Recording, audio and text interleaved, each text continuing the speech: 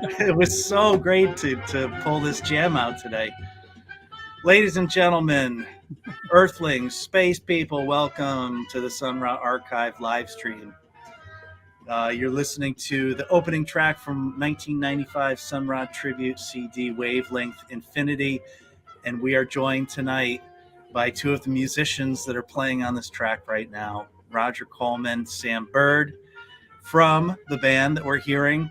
Correct me if I've been mispronouncing this for 30 years, but Ouya? That's fine. Yeah. Ouya? UYA is UYA. UYA. See, I've been saying it wrong all these years. No, that's it.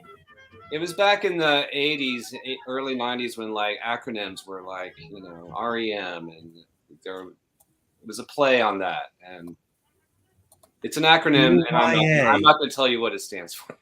No, Okay. we know what it stands for. Upstanding Young Americans. Oh, that's right. Yeah, that's right. Yeah. Upstanding Young Americans.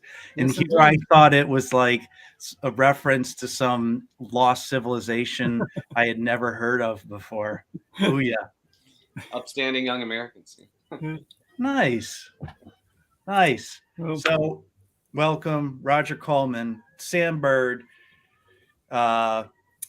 the author and editor and the creative forces behind the recent book that came out the fall of last year in October, Sun Ra Sundays, published by the Digital Press of the University of North Dakota. You can get it in print. You can get it digitally. I've included in the show notes underneath a bunch of links, not only to the book, but to Rodger and Sam's Bandcamp, their music, their Discogs entry, as well as a couple of links to the Hines Brothers movie and Bandcamp as well, because I've been enjoying their latest release on vinyl, Bong 2, Omnisonic Records LP2. Please find John and Peter Hines to secure your copy of that. But I just wanted to remember them because, I was thinking about Rodger and Sam and how I first heard their names, and I started going back through the years and thinking about, Sun Ra Sundays and all of the contributors to, our Sun Ra community, and how they're all these multifaceted creators. And I have to admit, when I, kind of looking online, I knew you guys were musicians. And I have to admit, I looked at your Bandcamp and I've been sleeping on that. I didn't realize you had so many records out. And I was thinking through the hundreds of thousands of records I've listened to and collected. And I'm like, well, where did I first hear these guys? It was through their music, not through their writing. And I then remembered Wavelength Infinity, 1995, Rastascan Records, and reading the liner notes and seeing your names as being musicians in UYA, Upstanding Young Americans, and just being blown away by the freshness of this track when it came out. And I pulled it out and was listening to it today, and it's 10 times better than it was in 95. Like, it's even more fresh and more energetic now to me than it was then. So thank you for everything that you do for the community. Well, like the band, I wish I could have kept up the blog and like made a better book, but I did what I could while I could, and these things ebb and flow. It's really all I can say. Yeah, they do. But I mean, I think it shows how much music in and of itself, art in and of itself, and particularly the music of Sun Ra that we're all gathered around, how inspiring it is for each and every one of us, and we take it with us in our personal lives, and we're not. It inspires us to not be content to just sit and listen and be fans, but to create our own art and make the world a better place in our own way, and you both have done that from UYA all the way through to Sun Ra Sundays, and I just think that's really cool. And I hadn't really put the pieces together in my mind until this week when I was starting to get really excited to finally talk to you guys and meet you kind of face to face virtually after, hearing your names for so long. And Sam, I know your name through the Saturn listserv, if everybody remembers that, and just being a shining light in the Sun Ra community from a research and a music ambassadorship standpoint. So thank you. Oh, man. Well, thank you, man. I remember years and years ago, this was in the days of tape trading and physical snail mail ways to get things, that you were kind enough to send me an entire box of Saturn stuff, records that I did. And I think I said somewhere, said, God, it's so hard to find this stuff. Where do you find this stuff? You sent me a ton of things that I'd never heard before. And then you really got me, you jump-started me in a huge way. So nice. Thank you for all the work you've done. That makes me happy because I've forgotten that. Oh, I haven't forgotten it. In my mind, you're the one who's given me so much. Oh, man, no. Other way around. And it's a great testament to our community too, because what would have, in the spirit of sharing, what would have made me,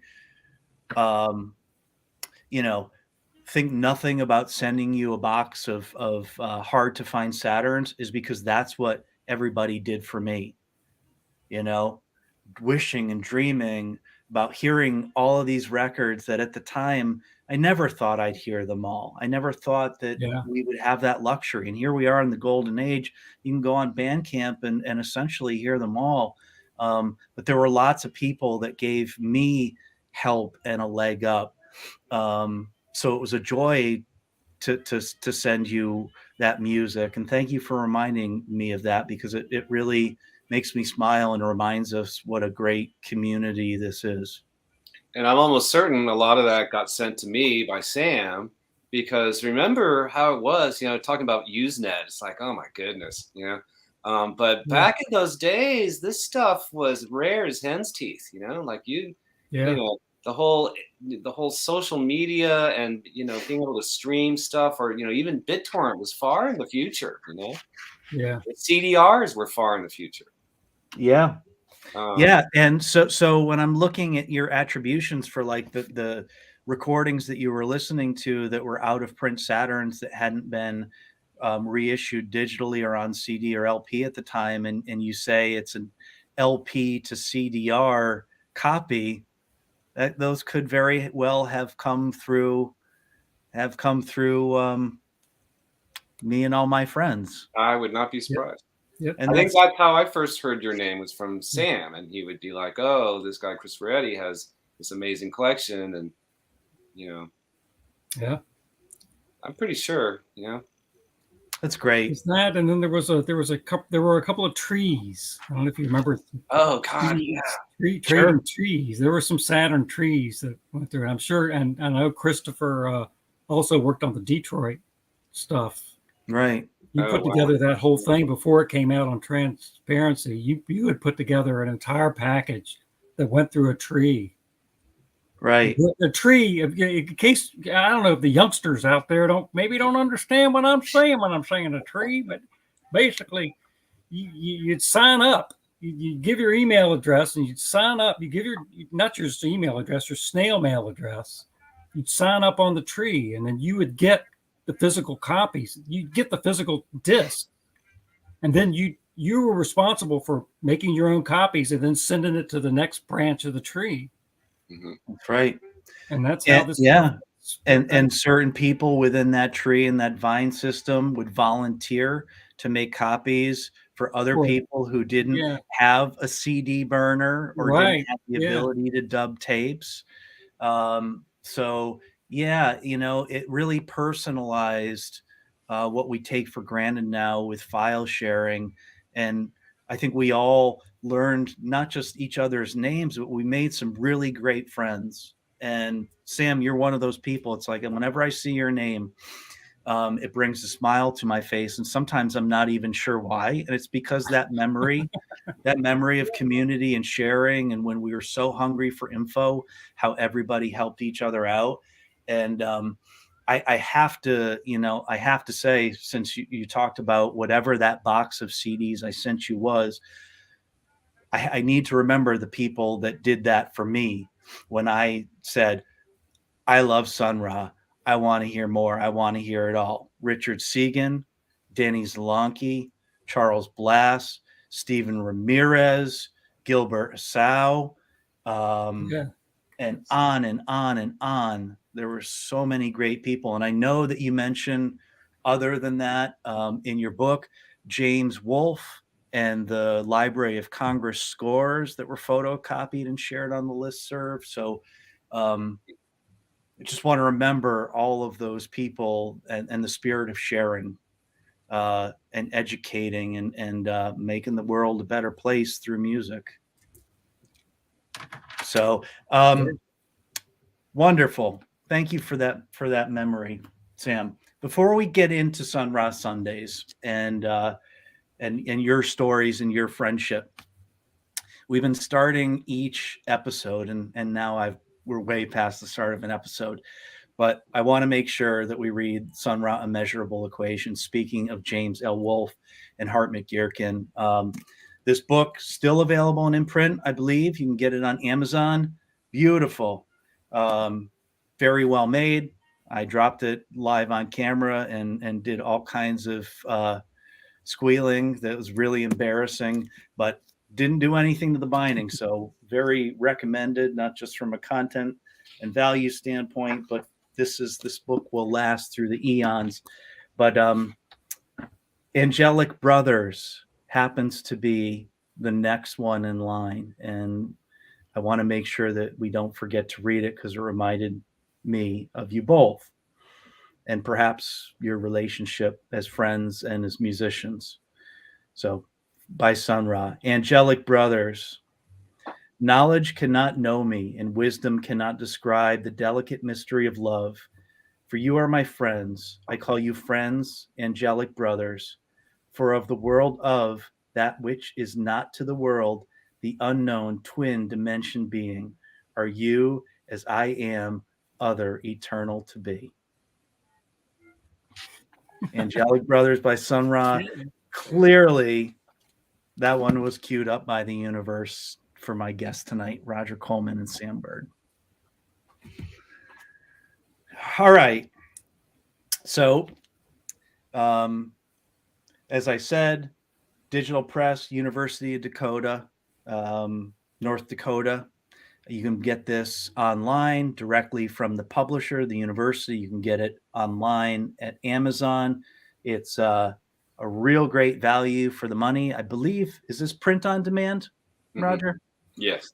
$19 gets you years worth of listening and love and scholarship and 500 pages of Sun Ra reading for a lifetime. And also, there is a digital version available as well. And can you tell me about this distribution model as far as selling the printed version and making the digital version available, I believe, free online? Can you talk a little bit about that? Open access. It's a thing these days in library land anyway. And it's very much a way of sort of making scholarship available for anybody who can get to it. And it doesn't necessarily,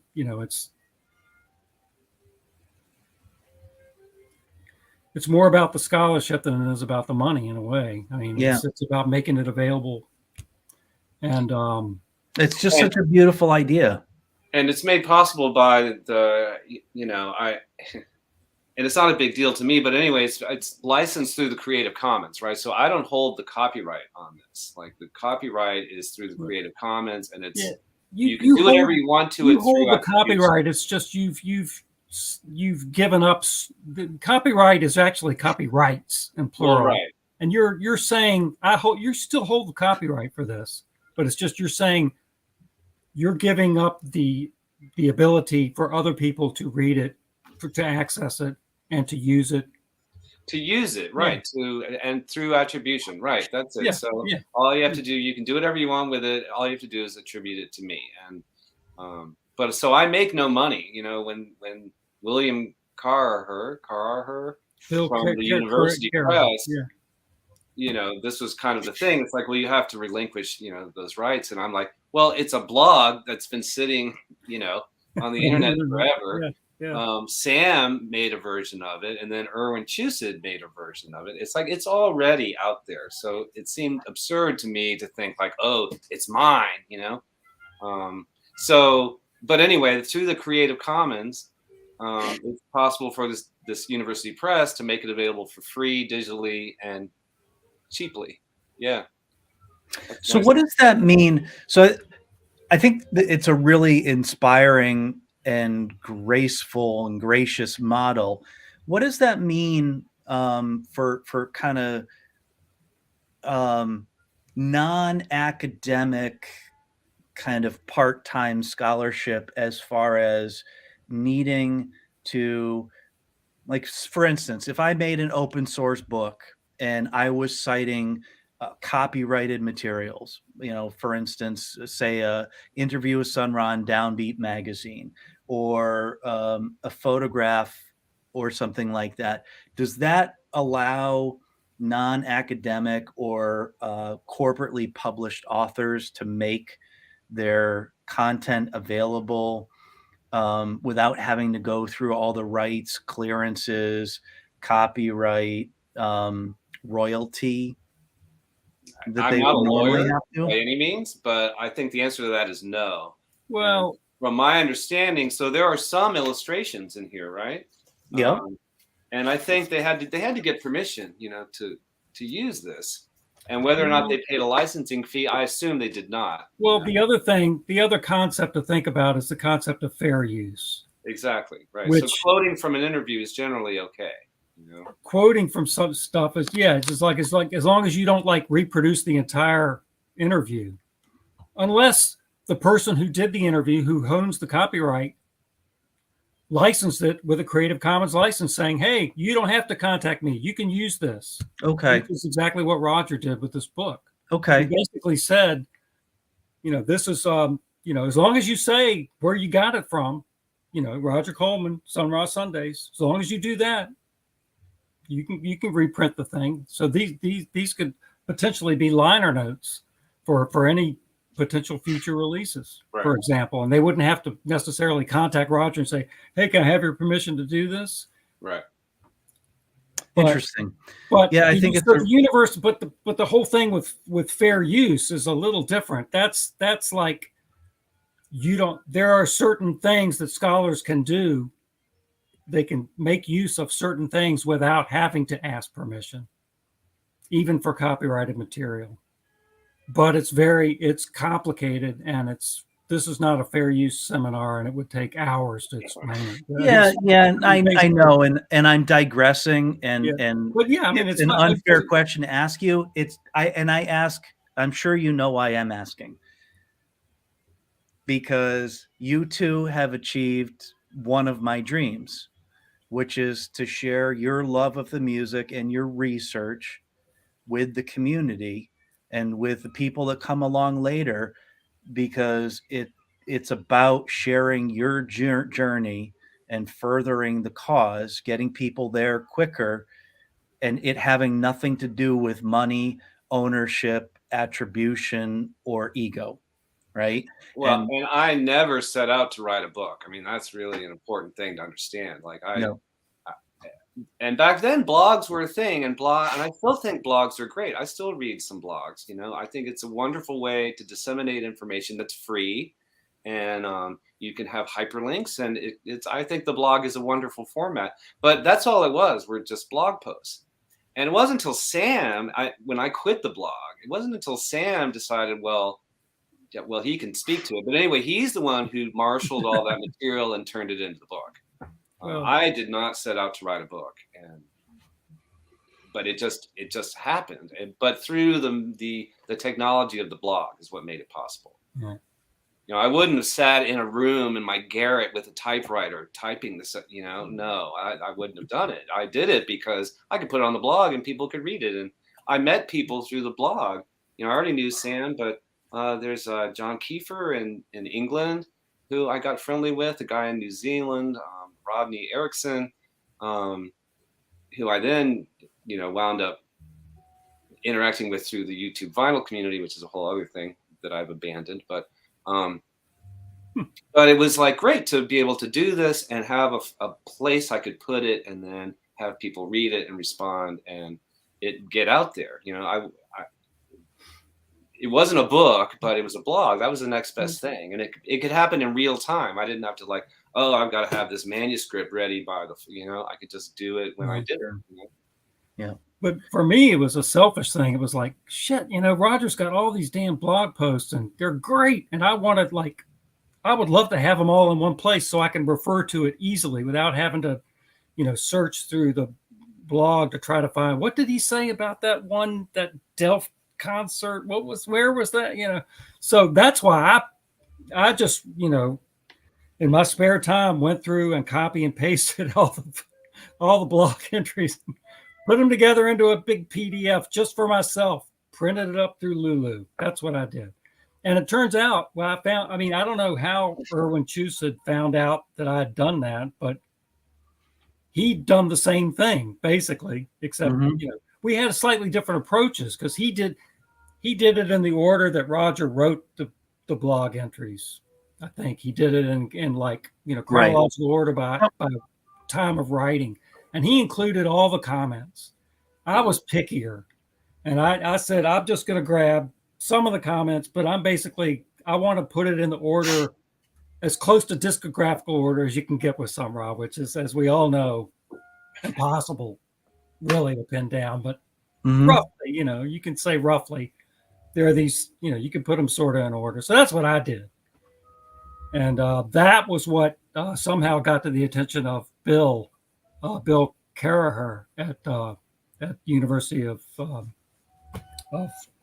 which Dakota? One of the Dakotas, North Dakota. North Dakota. North Dakota. And so that's how it kind of evolved from my end anyway. I think it makes a great book. I think Rodger's writing is just incredible. It's something I return to all the time. When I'm listening to this stuff, I always go back and see what Rodger had to say about it because it's always enlightening. And it's just, it's especially I wish I could say that I wrote this down and now it's permanently in my brain. And now I can just go, oh, yeah, this is what I had to say about that Delft concert. No, that's not what happened at all. But it's here. It's right here. You need to go back and read your own book. Yeah. Oh, yeah. I have been since it came out. When I quit the blog, I kind of quit caring altogether about a lot of things for reasons I don't think we need to get into. And when Sam took up the mantle of all this, I just kind of sat back and went, oh, well, that's neat, and I bought a couple copies of the Lulu version, which has all the illustrations in color and a fair number of the comments and a lot of the quotations. It's a very different thing than this book. Yeah. And I gave a couple of those away and I didn't really think anything of it. And then when it was going to be on this university press, Sam he then took a whole other approach where, we're talking about copyright and fair use. On the blog, I had extensive quotations from John Zwed's Spaces the Place biography, but in the context of a book, it made sense to excise a lot of that, right, and not bump up against the issues of fair use. And besides, we were talking, maybe it was before we got on, about how the book assumes who Sun Ra is and you have a certain amount of knowledge. Like you've probably already read the biography if you're going to pick up this book, right? So you don't need me quoting huge amounts of it. But that wasn't the only thing that Sam did. He did more organization and fact checking and just a tremendous amount of work. And more work than I was ever willing to ever, I participated a little bit when we started getting manuscripts and galleys. I was like, oh wow, this is really happening. But Yeah. all of that was Sam, all of that. Yeah. And Sam, do you have experience through your profession editing? So this isn't the first time you've done it. I mean, yeah, no, this is the first time I've done it as an official in an official sort of capacity. But yeah, I'm a librarian. I work with words, writing all the time, and working on editing everything from grant proposals to papers and things. So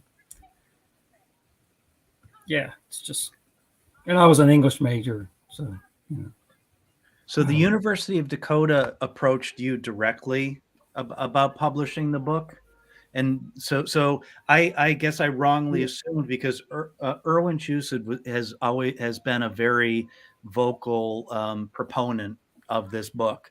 When he took the position of the administrator for the Sun Ra LLC estate, he said that Rodger's articles were very valuable for him when he was learning about the catalog. And I just, and he's got a very beautiful quote on the back of the book. And I just assumed that he probably had a role in making this happen, but it sounds like he actually didn't. No, he did. I think Bill approached him first, right? Okay. Isn't that true, Rodger? Isn't that right? Yeah, I feel like it came to me through you. Like, he didn't even reach out to me. He reached out to Erwin, and then Erwin said, "Talk to Sam." Yeah, maybe that's how it worked. Yeah. I can't really remember. And I'll be honest, when this guy from a university press is like, "Oh, let's make a monograph," I was like, "Okay, sure, you do that." I was skeptical from, it wasn't until maybe a couple months before it actually got published, where he's like, "Oh, here, we're getting an ISBN number." Now, I don't know if you people know what an ISBN number, but Sam is a librarian. I worked in library. That's where I met Sam, in the library. Mm-hmm. But anyway, an ISBN number, you have to pay money to get one. And it's like, oh, that means it's a unique number for that book. I'm like, oh, they're really going to do it. But up to that point, I swear to God, I was like, yeah, no. You didn't think it was going to happen. I didn't. We've been busily scurrying along. It took 2 years. Yeah, it took a while. The time he was like, let's do this, until it became an actual book. It was about 2 years. Yeah. Yeah, and to your point about assuming that everybody, are indoctrinated Sun Ra fans, I'm also assuming that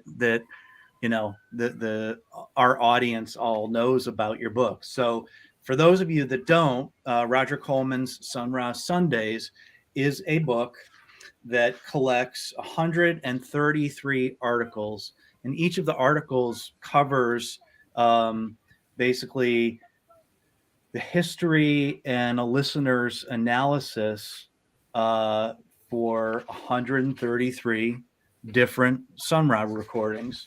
I'd say predominantly they're, what we would refer to as Sun Ra's released official catalog, but there's also gray market releases. There's, recordings that at the time hadn't been legitimately reissued in digital or CD form. And there's also, a few live recordings and kind of collectors circles recordings. So, you had said, Rodger, that, you would assume that a Sun Ra beginner wouldn't be reading this book. But if I was starting all over again and we were spinning back the dial, to 30 plus years ago, and I was starting with Sun Ra, kind of like month one, I'd be buying John Swed's Space is the Place biography. I'd be buying Robert Campbell and Christopher Trent's Earthly Recordings of Sun Ra, Volume 2 discography. And I'd be buying this book probably as my first three, because as I was hearing these records for the first time, I was going to the library and looking for old downbeat reviews of the albums.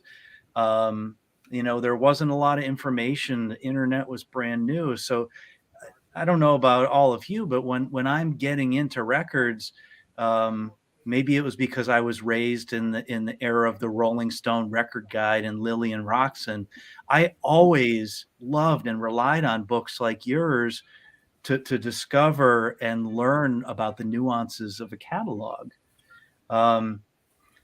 So I actually think that this would be an indispensable thing for a Sun Ra beginner at this point, which is, what I would encourage everybody out there. By all means, don't think that you need to know everything or be an expert or have even heard all this music to have this be relevant to you. Because I think actually part of what's cool and amazing about it is that it's perfect for a beginner, and it's also, there's something here for everybody all the way up to an expert. And you, in your analysis of each of the albums, you really cover something that every one of those audiences would want to know, from the very highest to the very deepest level. So can you talk about when you started the blog, what was the exercise that you were engaged in? Because it seems very much like you were sharing a learner's journey. Can you talk about that? Oh, well, sure. It was a definite process. In my little forward there, I talk about this. At the time, the whole blog started because I was working in a law office. And this lawyer I was working for was like, "Oh, these newfangled blogs. I want to start a blog for social justice or whatever. And why don't you figure out how to do this blog thing?" So I'm like, okay. And so I set up totally as a lark, New Void, as this blog. And it just kind of sat there. And then the lawyer never did anything with it. He whatever. But I had this blog sitting there. And so I'd maybe post a picture, maybe write something. I didn't really think anything of it, but I was working in this law office and I did all the research and all the writing, and I was really good at it. It made me sick, but I was really good at it. It was really stressful. So Sunday nights, when I'm looking at going to Motion Monday, could be really depressing. And so I reached for a Sun Ra record. I can't remember what the first one was, but I put it on. I'm like, oh, this is really chilling me out. So I wrote a little thing. I put it on the blog, and I did that a few more times. And then I decided, oh, hey, there's that period from like 1961 to whatever, 65 or whatever, the choreographer's workshop era, right? I'm getting into the weeds here, but this was, evidence to put out these CDs with like these things in scattered, 2 discs on 2 LPs on a disc, but they weren't necessarily related. And the discographical information wasn't great. And I'm like, you know what? I love this stuff so much. I'm going to use my research and writing skills to do an in-depth, in order thing of the choreographer's workshop. And that was all I really set out to do. But then I was like, oh, this is kind of fun. And I kept going, and I kept going, and I kept going. And I got to the fall of '79, and I stopped. Yep. But it was trying to channel my work into something that I enjoyed and cared about. I care about the law. I quit litigation, right? Litigation almost killed me. So when I left the law office, I wasn't doing a lot of research and writing. I was doing other things. And so my interest in doing that for the blog kind of waned. But in a way, I'm really proud of for a little while doing that, taking this thing that was really difficult and stressful and channeling it towards a project that was maybe difficult and stressful, but in an enjoyable way. Like I got a lot out of sitting there and really trying to analyze these records and trying to put into words. And I don't know that I succeeded all that well, but really trying to put into words what was going on musically, because a lot of music writing to me has nothing to do with music. Like they'll avoid talking about the music as much, except under the most superficial way. It's always about the sociology and the biography and the and the lyrics, the lyrics. Yeah, the lyrics, whatever. But like the English, actual music, and it's very, very difficult write about, and another brilliant Gilmore solo. How many times do I say that? But at least I tried. At least I tried to grapple with the material itself in an analytical way. Whether I succeeded, I don't know. I guess I succeeded enough to make this book, but that was the story. That was it had less to do really with Sun Ra than like having some way of channeling this energy into something productive rather than something that was just eating me alive. That's interesting. Oh, it's beautiful. And how long had you been listening to Sun Ra before you started the blog? Like, were you revisiting recordings you had already heard, or were you hearing these things for the first time? A bit of both. I mean, those Evidence CDs came out in the 90s. They came out around the time when UIA was happening, right? And we can probably talk about like how Sun Ra was influential and all that, and he was, but they were there, and but like we were saying before, like information about Sun Ra was really sparse, and there were a lot of holes in the discography, and I picked up Robert Campbell's book and saw just how many freaking records the guy made. It was, and it still is intimidating, but at that time, a lot of it was hidden, it was obscured and impossible to find. And it was like, oh, this is a challenge. And then my friend Sam, he's got to line all this stuff, through you. And I've said many times before in my forward, I say that Sam was the one who should have written this, not me. I fell into it, but he's the one who knows this stuff. I was just like, I'm just doing research. I'm like, oh, okay, what does this sound like? Well, to back up even a little more, so when UIA started in 1988, when I moved up to Boston and got involved with these crazy musicians from the New England Conservatory of Music, I, was of a certain age where I used to buy a lot of records, and I had a couple of Sun Ra records. It's After the End of the World, and I had an old scratched, really beat up Impulse copy of Atlantis, which has disappeared. I think I got rid of it because it was scratched up, and I listened to it and I didn't understand it. I was not ready for it yet. So I was aware of Sun Ra, but I wasn't a huge fan. I knew, I knew who he was, knew what was going on. But then, so I move up to Boston. We start playing music, and then Rodger starts saying, "God, have you heard this Sun Ra stuff?" And I'm like, "Well, I don't know. I've heard some of it." No, listen to this. And this was like before some of the Evidence things came out. There were a couple of CDs that came out, like the Live in Berlin thing, and there was something on Leo, or there were just a couple of things that wasn't there that comp had come out too, and then they Out There a Minute, and so Rodger's like, listen to this stuff, and so we listened to it, and we were like, I was ready for it then, so I was really ready for it. So it's Rodger who got me into all that. But I will say, when UIA, we played a lot of Sun Ra. Actually, when I went back and thought about it, we played Saturn, we played Carefree, we played Spontaneous Simplicity, we played Sketch a couple of times. We didn't play that. Wow, really? Yeah, but we actually did a version of Sketch. You remember that version?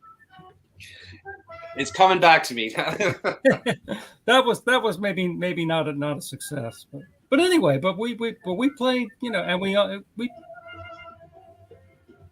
actually playing Saturn was great, just because it's like when you play a song over and over and over and over, you start to hear things that you wouldn't know otherwise just from listening. And there's a lot going on in that one song. Well, that tune especially, and I think you could argue that Saturn is the definitive Sun Ra piece. I mean, because it's nuts. It's kind of like bebop, but it's kind of not. And it's kind of like TV music. It's kind of like Exotica, and it's kind of like big bandy sort of. I mean, it's got it all. And then it's got, you know, Gilmore kicking ass, especially on the version on Jazz and Silhouette, but Yep. and also on Pictures of Infinity, the live thing in '68. Woo! And that was actually the arrangement that we took, because it's got that syncopated little part, you know. The 68 version? I mean, the head is slightly different. They hesitate a little bit, you know, which is So you're referring to the 68 version, right? yeah. That's on the Black Lion record? Yeah. Yep, Pictures okay. of Infinity, I think, or whatever Yep. it's called. Instead of just going it goes It's got that little, It's got the punch. yeah, and that's the way we did it when we played it. So none of those things were ever released, right? Correct. Oh no. So just maybe a little request, maybe UYA plays Sun Ra Bandcamp compilation, an archive release from the vault. Bandcamp is weird because you have to have copyright stuff. I have been thinking about doing something on archive.org. Maybe. Oh, I'd love to hear it. I'd love to hear it. Chris, so, I think I actually sent you look through your archives. I think I sent you a CD of UIA Play Sun Ra. Oh yeah. Did you send that to me? You probably did. I don't know where it is. I'm gonna have to go dig through some boxes. Yeah. There's stuff. I mean, but I can put together better stuff. There. Oh wow! Thank you for that reminder. It's there. Yes, you did. And you know, it's there are so many CDs, and I need to rip that one and get it onto the hard drive, because I'd be playing it right now if I did. Thank you for the reminder. So just to digress a little bit, because I think this is really important. As far as, you know, the inspiration and the learning that we take from Sun Ra. So, you know, I'm playing Dancing Shadows again by UYA from the Sun Ra Wavelength Infinity tribute album that came out in '95. And the thing that strikes me about your version of Dancing Shadows is that it's respectful without being referential, and it's progressive without obscuring the lineage to Sun Ra. What was your approach as far as choosing the songs and creating your arrangements and transcribing the music and arranging it for that particular lineup, and kind of just your thought process to honor the music, but to make it your own and bring it into the time that you were making it? Do you remember? I would have to actually credit Steve Forrey and Eric Hipp with bringing it to us, and they'd already, you know, they were roommates at the time, so they came ready to play that line in unison. They transcribed it, they transcribed it and were ready to go and handed out sheet music, you know. So I can read music, but on the guitar, not so much. So it took me a while to be able to play that unison line. But, you know, we did it. But, you know, I'd have to say it was their impetus. And then the arrangement came through, you know, basically, well, what am I capable of doing? You know,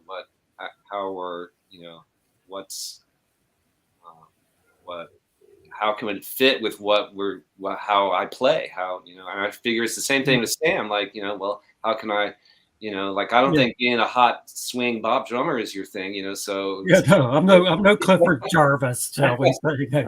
And so it took on kind of more of like a marching kind of feel, and that's, you know, and that's suited. It just seemed to fit. It fit with. We wanted it to have drive and punch, right?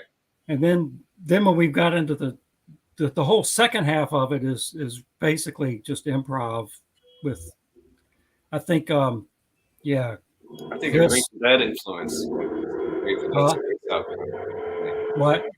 One of the Grateful Dead Space Out kind of thing too. Yeah.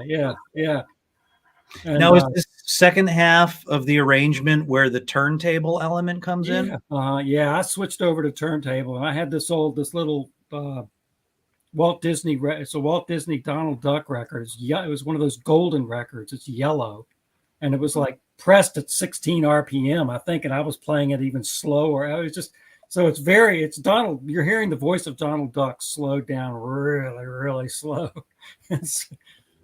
That was kind of cool. And then Christopher Murray was playing keyboards with us, and he did a lot of just amazing stuff that spaced it all out. And we just knew we wanted to play the first part really punchy, and then the second part open it up, and Right. just, that was fun. It was fun doing that. And we knew we were doing it. We were doing it as a submission for the compilation. But we didn't know if it was going to be accepted or not. But we said, "Oh, let's put this together and then send it in and see if it'll get accepted." And That's right. It was recorded on Chris Murray's 4-track, as I recall. Yeah. Analog 4-track. Oh, cassette 4-track. Yeah. Oh wow. So who produced and engineered that? I'd have to say that was me. Because it sounds incredible for a 4-track cassette recording. Well, he didn't have one of these mini studios. He got, I don't know if you remember these things, but it was big, like built like a tank thing. The reel-to-reel. No, it was a cassette, but it was Okay. like big, with nice faders on all 4 tracks, and you could sum and had an external out and stuff. So I kind of set the levels, and I'd bring it home and bring our little reverb. I'd get a cheesy little digital reverb home and mix it to, I guess, VHS tape. I think that's probably how I did it. PCM digital? No, it's just Super VHS. SVHS. Wow. Yeah. Okay. It's so funny that's like ancient technology now. Wow. It's so amazing. It sounds as good as it does, actually. And I don't know. It sounds great. I don't know if Gino Robert did any kind of post. What kind of mastering he did? He probably did some stuff too. Probably, yeah. Yeah. So for those of you in the chat, I've just put the Discogs link for Wavelength Infinity. If you don't have it and are a Sun Ra fan, you got to get it. And I think it's still available. Yeah, it's still available. And it's an incredible compilation. I mean, I remember when that came out, I was blown away that we're the first track on the first disc. Yeah.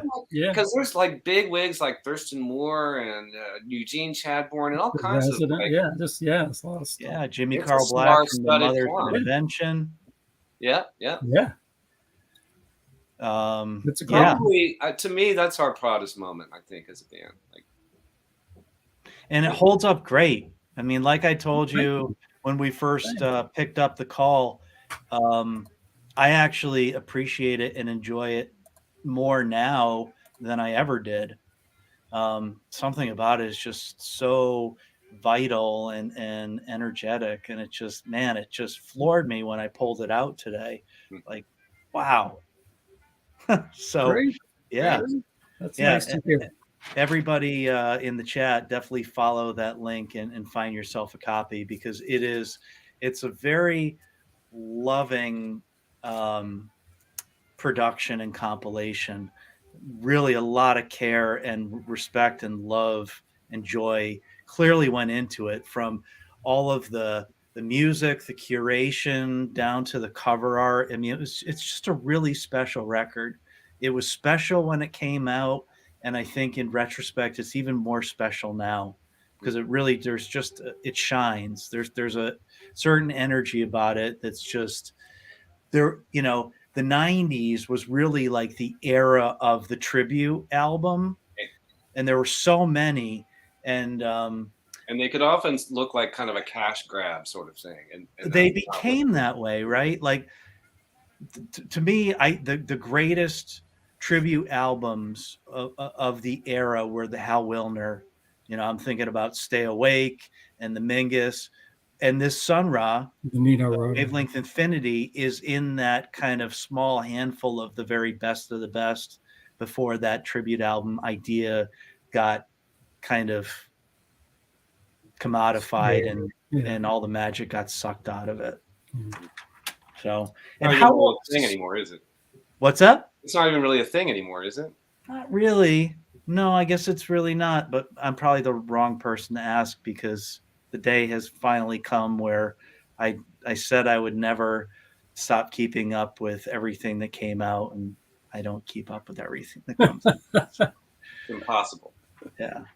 So as musicians, where did that fall kind of in your careers? Were you kind of like 20 something in college, just out of college musicians? Like, was this your first big recording band, or like where does that fall in your career as musicians? Well, career is overstating it, but so me and Steve Forrey and Eric Hipp had I had left the conservatory. I think they graduated the conservatory. Anyway, we were no longer in the conservatory and like working stupid jobs, and we all lived together in this house.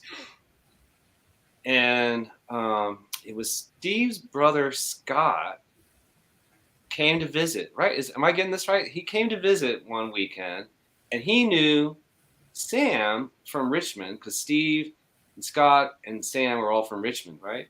And you knew Scott from Richmond. Am I getting this right? Not from Richmond. No, Scott was from D.C., but he went to William and Mary, and he knew this guy Barry, who worked with his wife at the library. So that's how. Remember him? Remember? Oh God, yeah. Well, he played with us the first time we ever played. He played too, Barry. That's right. But anyway, that's how the introduction got made. When I moved up, somehow through Steve and Scott, Sam showed up at this rehearsal studio, right? And like for the first time, it's like, oh, wait, we've got a band here, and so we just went from there, like, yeah. You know, all those years at the conservatory. Yeah, I never met a drummer that could play for shit. Oh, I'm sorry, but you know, so like a good drummer, like a sympathetic drummer, an intelligent drummer, like not an egomaniac drummer, was like really awesome. So that made it possible for us to start really, doing stuff. Yeah, and Sam, I mean, I don't know you personally, but you seem like a pretty stable, down to earth, dependable human being, which for a drummer, in addition to all the qualities that Rodger just said, makes you even more special. Drummers are nuts. Mm-hmm. Drummers are nuts. Yeah, I mean, I'm not nuts, I guess. I don't do drum solos. and both of you have continued to play music together throughout the years, correct? Off and on, but yeah. Yes, yeah, because So after UIA kind of dissolved and I moved from Boston back to Richmond, Rodger had moved to Tennessee, to Nashville, and as it turns out, my wife's family, they're all from Nashville, so we go there once or twice a year. So I was able to re-hook up with Rodger from being there anyway. So that was great. And I feel like at first, like when the band broke up and I moved away, I was like, I'm done. I'm done with music, whatever. I took up golf. I retook up golf for a while. But I feel like the first couple times you came to visit, we didn't make music. I didn't have a studio. We would just sort of hang out and listen to records, And then, gosh, it's all coming back to me now. And then I decided, once we got on our feet in Nashville, I was like, I used to play the piano, and Sam didn't know this. Like, I was trained as a pianist, not a guitar player. And so I went and I got this Clavinova and I put it in this room and I started playing the piano again. And I'm like, oh, well, I'm going to get I got this little recording rig and like a little snare drum. And so when Sam would come to visit, we would start to mess around in my nascent studio. And now you can see behind me, it's gotten completely out of control with synthesizers and full drum set. And so, but it was real. But if it hadn't been for Sam, I'm not sure I would have ever gotten back into music. Really, I might have continued to play the Mozart and the Beethoven and stuff, but not really tried to get back into creative music. But since Sam, a couple times a year, you know, particularly before COVID, it was like, yeah, let's go, let's play. Yeah. That's great. And for those of you watching and in the chat, I just included the link to Rodger's Bandcamp page, which features the recordings that Rodger and Sam are talking about. And I see, do I see a modular synth there behind your head, Rodger? You do, yes. Nice. A lot of wires. Yeah, well, I've got a Moog set up back there, and then I've got a Eurorack thing kind of to the side there. Yeah. Very nice. I'm into it. Very nice. So I'm going to take. Oh, go ahead, Sam. No, I was just going to say I've been enjoying the chat. I don't know how to add things to the chat myself here, but it's fun to see it. Where is it? Yeah. So if you go to the right of the screen at the bottom, you should be able to post a comment. But yeah, actually, it's great that you said that, Sam, because I just wanted to take the opportunity to recognize everybody that's joined us tonight, that's in the chat. We got Professor Brad Marcus. We've got the Cosmos DJ, Charles Blass, the Love Evolution. We've got SR Woodward in the house tonight. We've got Minimum Riffage. And so Peter Hines too, right? Is Peter here? One of the Hines brother, yeah. Or he was. Rick Barnes. Yeah. Peter Hines. Hello, Peter. I'm sorry I missed that. I'm really bad about looking at the chat. Peter, thank you for everything you do. I hope that you and yours are safe and doing well. Glad to see that you've joined tonight. I know that you've been getting hit by some difficult weather. So, yeah, it's great to have the gang together. It's a really cool thing. So thank you all for joining us, and Rodger and Sam, again, thank you for joining me tonight. It's a real honor. And yeah, I'm really jazzed to have you guys here, and just the conversation, the fact that we could, be the auspices are that we're going to talk about your book, Sun Ra Sundays, and we're all gathered here around the spirit and inspiration of Sun Ra. But I think it's really important and for me, really fascinating to acknowledge that, like, all of the different loves and interests and talents that so many people in this community have. Like, to me, obviously Sun Ra is endlessly fascinating and inspiring, but these little tangents about kind of like what we all do with the music once we're exposed to it, to me is a really fascinating part of the story, and not something that really gets talked about elsewhere. So I think it's really important to take the time to talk about your background and how you guys met, and the music that you make, and everything that kind of led up to the book happening. So I really appreciate you sharing the story and indulging me on that, because I know it's not a typical interview scenario, but I think it's a special thing. So to get back to the book, because I could talk about the music, your music and creative process forever, because I just have a real soft spot for it. For any of you in the chat that are interested in the book, have read it, if you have any questions, I'm sure Rodger and Sam would be happy to answer any questions you have about the book. So, other than the background of how you did it and how you wrote it, is there anything else for our viewers that you'd like to say or highlight about the book, as far as things of particular interest or kind of intentions behind it, or other things you'd like people to know about the book? Well, I wish for a while there I said, okay, I'm going to get to Sunrise in Different Dimensions. Is that the title? The Hat Hut thing? Is that like New Year's Eve? Sunrise in Different Dimensions. 1980 album. Yep. Yeah, I was like, okay, I'm going to get to there, and then I'm going to stop, and I'm going to circle back around and go through that massive 14 CD transparency set of all the early stuff, Right. and then circle back and get up to 1961. That would have been an awesome book, right? I mean, that would have been like, Yeah. as it is, it's a fragment, and Part I two. think you have to understand that that's what it is. It's a fragment. Yep. It's a juicy fragment, but it's not complete. It's a bagatelle, you know.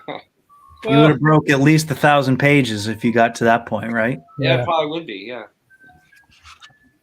But that obviously was not going to happen.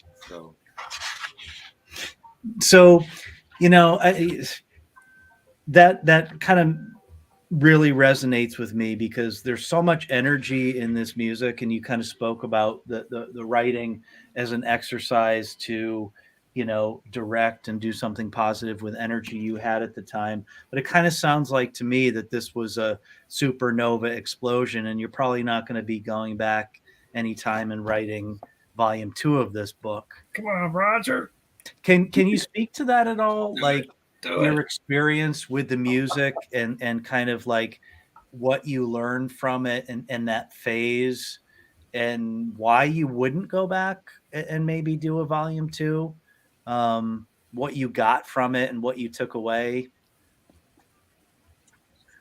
Well, I look at this thing and I go, who is this guy? Who, you know, and I'm not that guy anymore. I'm just not. And for a variety of reasons, but the biggest one I kind of touched on is that I don't have those research and writing chops anymore. Like that's not what I do every day, all day, and then come home on the weekends, and then I'm gonna you know, and I'm 15 years old. How much? I'm older. I'm tired. And it makes me kind of sad that that's the case. That like there's not going to be another volume of this. And even if I wanted to, I feel like if I tried to make myself do it, it wouldn't be anywhere near as good.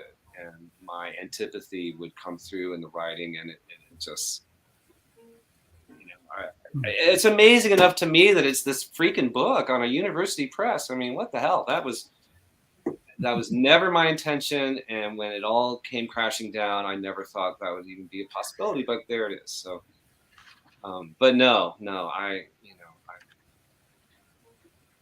Yeah, and it's a beautiful thing. You know, it's a beautiful thing. So with the model that you followed with this book, Creative Commons, and kind of like the spirit of learning and passing it forward, it's entirely possible. How would you feel if in 10 or 20 years someone came up behind you, loved this book, and said, you know, I want to write about all the albums that weren't covered in here and write my volume 2? How would you feel about that? That's awesome.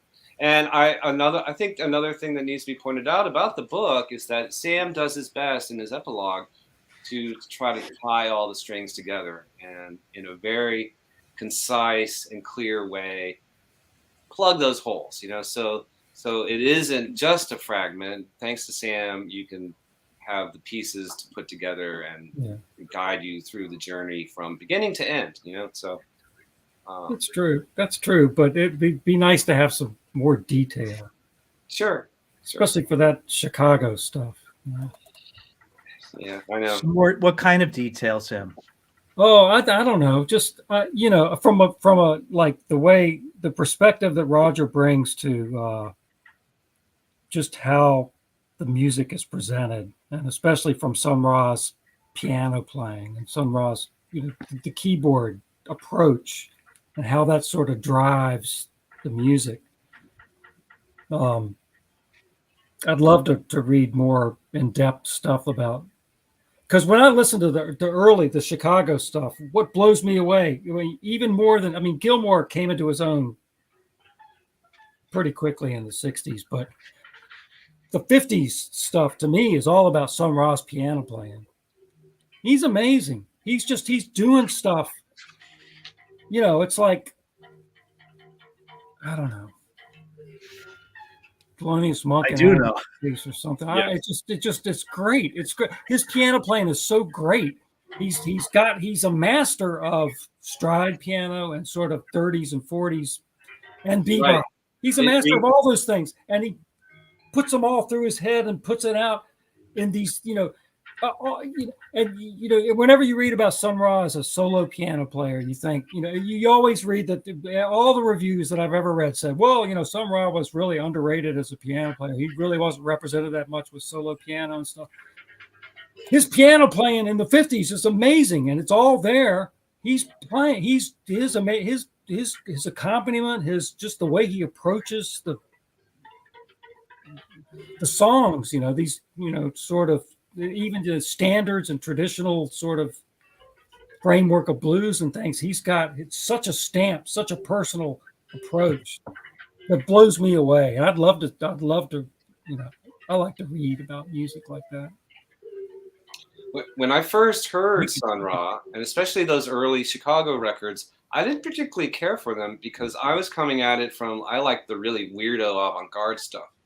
And so the old-fashioned ragtime, the old-timey kind of stuff really put me off. And it took me a while. Really, it was writing all this stuff that I started to really come to grips with what makes Sun Ra's piano playing and even his electronics. Even as weird as it gets, it is very deeply rooted in not just bebop and blues. It goes back to pre-war, Jelly.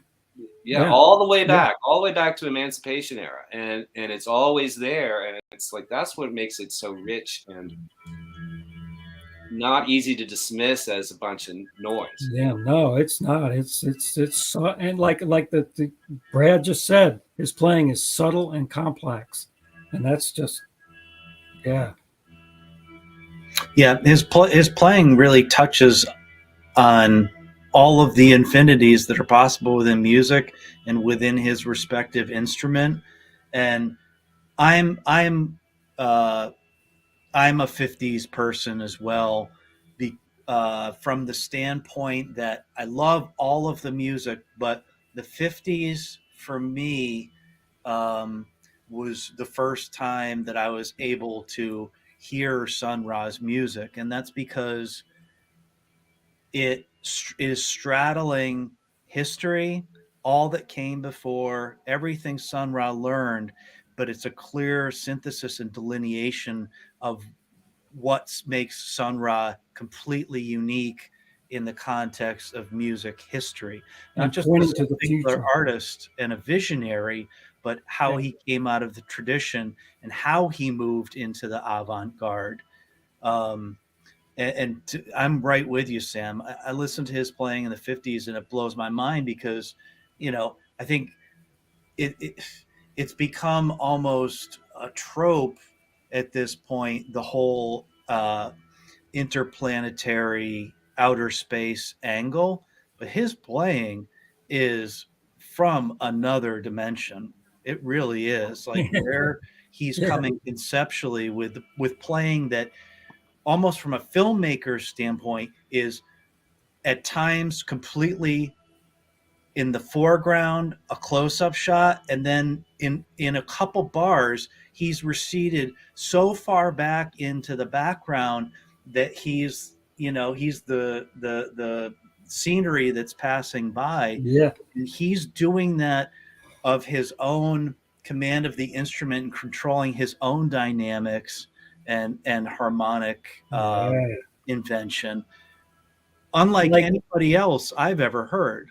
Well, like if you think of Citizen Kane with the deep focus, where you've got everything that's up close is really in focus, and then you go back in the shot, and everything in the background is also in strong focus, but it's in the background. That's the way Sun Ra's playing is. It's like he's always there. And it's he chooses to, either he's soloing or he's like comping, but he's, presenting this.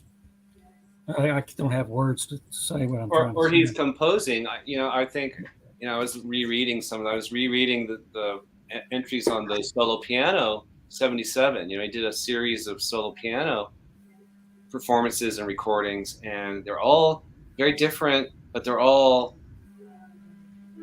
they just showcase what a great pianist he is. And a lot of what makes it fascinating for me anyway is that you can hear how he's orchestrating. You know, it's not just the technical facility, it's not just the like interpretations of, you know, these standards, which are fascinating. It's like these weird little originals where you can hear him thinking through his fingers. You know, he's like, you can hear him arranging, you can hear the orchestra on the piano. Yeah, am I making any sense here? Like Absolutely. he's arranging for the orchestra, but he just has the piano with which he's working, you know, and you can hear it really clearly that it's not just the piano, it's the orchestra under his fingers, you know. Absolutely. And, you know, and hearing you say that makes me think also about Sun Ra's approach to composition and improvisation are not two separate things, as they are with a lot of other musicians. The act of composition is an improvisation for him, and vice versa, and they're perfectly balanced and interdependent in a way that, again, I think is really unique to him. You know, and I'm obviously I'm a Sun Ra devotee, but are there any other musicians, composers, soloists, instrumentalists that you can think of that approach their instrument and composition in a similar fashion, even a remotely similar fashion? Or is that really singular to Sun Ra? God, the only one that comes to mind to me, and in a totally different way, but would be Miles Davis, in that his trumpet playing is wonderful, right? But he uses that trumpet to lead the band, and he makes his band, even if they're incredible musicians, he got John McLaughlin to play beyond himself. You know, he got Chick Corea to play beyond himself, and he did that not through saying play this, play that. He would do this and then give you a look, right? You know, and I think Sun Ra operated on that kind of level, where particularly with his intimates, you know, that core group of musicians, he didn't have to say anything. You know, he could play a note and give you a look, and they go, "Oh yeah, this." You know, I don't know, Sam. Can you think of anyone else? Not in the same way. I think of somebody like Cecil Taylor, who was very much of a composition and improvisation are hard to tease out, but there is definitely composition in Cecil Taylor's works, as he, you know, people like Alex Ward have done amazing scholarship on trying to tease out some of the things that Cecil Taylor was doing that sound improvised, but they really are sort of composed. However they came about that way, they are composed and they sort of unfold in these improvisational ways. But to me, that's really different from Sun Ra, because Sun Ra wore more of his love of older jazz on his sleeve than Cecil did. Cecil loved Duke Ellington and loved Monk and stuff, but he didn't. After the 50s, he didn't really explicitly play that way. Whereas Sun Ra did. Sun Ra did, you know, return back to the things he loved and played them and put his own twist on them and stuff. But so that's all I'm going to say about that. I don't know.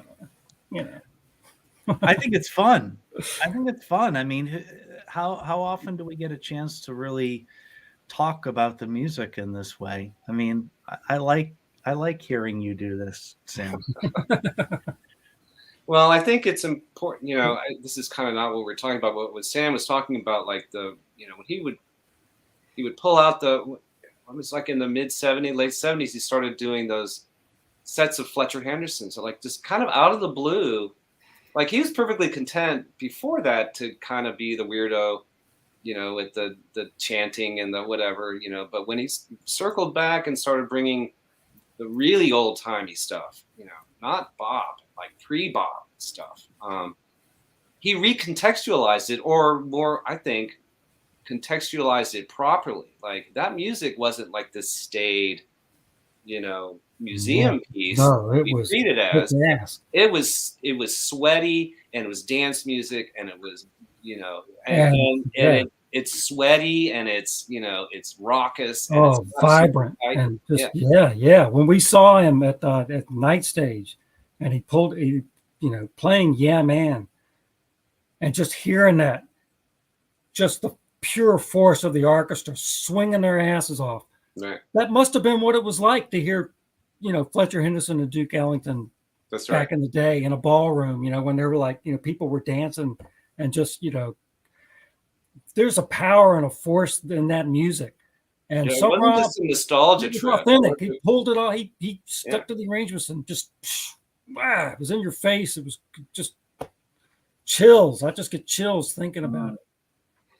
And the fact that he allowed concert goers and listeners like you to experience that power and that energy in person, so that you could be transported to a time that recorded music can't replicate. Like, we're so blessed with recorded music and the magic of it that we can listen to recordings that are 100 years old, but something is truly lost through time and through the compression and capturing of that sound. And it's really easy to forget that, and this is part of what I love about Sun Ra, and I'm thankful, like, the fact that he turned me on to Fletcher Henderson, is to think about what it was like to be a teenager when those records were coming out, and to be in the room with Fletcher's band blowing through your soul. Right. The records can't capture that. And Sun Ra, his quote that recognizing that Fletcher Henderson was an angel and bringing the music forward so that you could hear it in person and experience that spiritual power, that angelic power that Sun Ra was talking about, is so important and such a cool facet of what he does. And I think also speaks to why musicians and live music and the communal experience is so important to carry forward. They can't be, that we shouldn't forget with an artist like Sun Ra, who has left the planet, who we can go see Marshall and the orchestra, but we can't see Sonny anymore. But when we're listening to those records from the 50s or the 60s or the 70s, to remember to put ourselves in the shoes of the musicians and the people that were hearing that music live and in person in the time. And then it becomes infinitely more mind-blowing. Yeah. It's like thinking about Fletcher, like, going back to that Black Lion record, what would it have been like to hear the orchestra in 68 playing that stuff, or to hear My Brother the Wind in when it came out? Man, it just adds a whole other dimension to the music that it's really easy for me to forget about. So, Rodger, and Sam too, for those that don't have the book, is there any particular piece that kind of in your mind stands out as being particularly something you're proud of, or that you would point someone to be the first thing that they would read that's representative of the book? Man, I don't know. We talked about this earlier.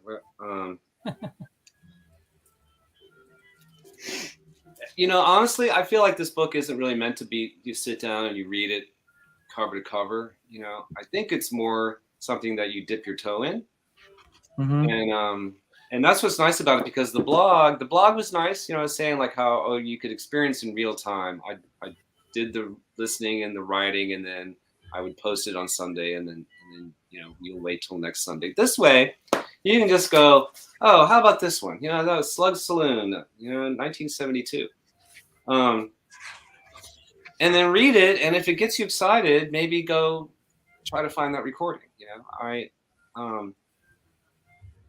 and even, you know, I write a lot about, and this is partly what derailed the project. I write a lot about really nasty sounding bootlegs, and I will go on at length about how atrocious the sound quality is, and what aspects of it make it really, really bad and difficult to listen to. Like and I'm always like, regardless, there are these moments, and then I dive into it, and I would hope, and I think my point when I did it at the time, my hope was like, you know, I say like, this is only for the hardcore, but if you're really hardcore, these are the things maybe that you can listen for amidst all the noise, you know? So I can't really point to one particular thing. I think as it goes along, as I get into the choreographer's work stuff, I'm really excited, and I think that comes across, and I'm really into it. But I think also as it goes along, and I'm getting the experience of writing these things. The writing, I think, is better. I think the writing later on in the book is better writing than how I treated the choreographer's workshop stuff. But that was just the nature of it, right? So, and the answer to your question is buy the whole thing and read it. I don't know. But it's interesting. Can you choose one Sun Ra record that, you know, that? I mean, if I had to, I could choose one or two, but. Okay, what are they? When people ask me what Sun Ra record they should start with, or maybe start and end with, I always choose Live at Montreux. And partly because that was maybe the first one that was pretty much all that was available in the 80s, you know, but what a wonderful record to have your first taste of Sun Ra, because it's got it all, you know, it's got crazy electronics. It's got Take the A Train and an amazing version of that. It's even got like tunes that were never played elsewhere, right? I mean, it's got everything. It sounds great, and it's and you know, and if you don't like it, then you probably are not going to like Sun Ra, you know. That's different. That's different from what you would pick as your favorite in terms of thinking about. You know, what really got me excited when I started this was Cosmic Tones for Mental Therapy, honestly. Like that, to me, was like, wow, what the hell is this? 1962 or something? 61, 62? All this crazy echo, and you know, Sun Ra has his own little label. Like, you know, I guess Mingus had his own label, but it was unheard of, independent labels, much less a black-owned, you know? Yeah, and you know, as much of a master as Mingus was, Cosmic Tones for Mental Therapy, I mean, that's a completely different ball game than what Mingus was doing. I mean, that record is still transmission from who knows where. Yeah. So my favorite, that's probably my favorite. Yeah. But am I going to recommend that for someone starting out? Oh, hell no. Why not? Well, I mean, maybe, you know, again, I kind of mentioned in passing that I came at this from like being a Deadhead, and you know what I loved about the Dead was when they took it out, and you know, and Sun Ra was like, he would take it out, you know. Didn't sound like the Dead, but like that's what got me excited. And Cosmic Tones for Mental Therapy is about I mean, there are crazier Sun Ra moments, but as a whole, that record really is like a unique, you know, psychedelic experience. I mean, I don't think he would call it psychedelic. Sun Ra was not into psychedelics, but if psychedelic means like changing your brain chemistry, like that record does it, you know? Absolutely. It's transformational music, and you know, gets into the whole idea of tone science and changing your destiny. So it's more visionary and shamanic than psychedelic. Yes, right. But the fact that music can be used to heal, rewire the brain and thinking is incredible. And this wasn't just this wasn't a joke for Sun Ra. You know, he actually was involved in music therapy things. Yes. So, you know, he called it Cosmic Tones for Mental Therapy. He wasn't joking. No, and him and Alton Abraham and Saturn Research in Chicago actually performed music at some institutions and facilities in the Chicago era with the cosmic tones for mental therapy music. I mean, it was a legitimate spiritual, scientific pursuit for sure. Well, he also said, and I don't know where this quote came from. I'd love to track down. If anybody knows where this quote came from, I'd love to know. But Sun Ra also said, music can wash clothes. I never heard that. Yeah. Yeah. Well, it makes sense. Your music can wash clothes. Yeah. The high frequency vibrational aspect of the music would dislodge all of the dirt from the fibers, even more. Transmolecularize it into the like ultrasonic dustbin. Interesting. Yeah, I've never heard that one. If anyone in the chat knows where that quote came from, maybe we can send it to Tide and get the estate to lease. Geez, Fate in a Pleasant Mood for a Tide commercial. I don't know. But it's interesting, Rodger, that you say that part of your pathway to Sun Ra's music was the Grateful Dead, because that's absolutely part of how I came to Sun Ra's music. Oh, really? Yeah. How about that? Absolutely. And from a traditional American music standpoint, the Dead was a very important part. As a kid that grew up on classic rock, and then started getting into Kind of Blue, Miles Davis, Love Supreme, John Coltrane, like the Time Life top 5 jazz records you should get. The Grateful Dead is where I learned through rock music to appreciate American music, folk, blues, and all of that. But through Dark Star and the extended improvisations and that visionary psychedelic,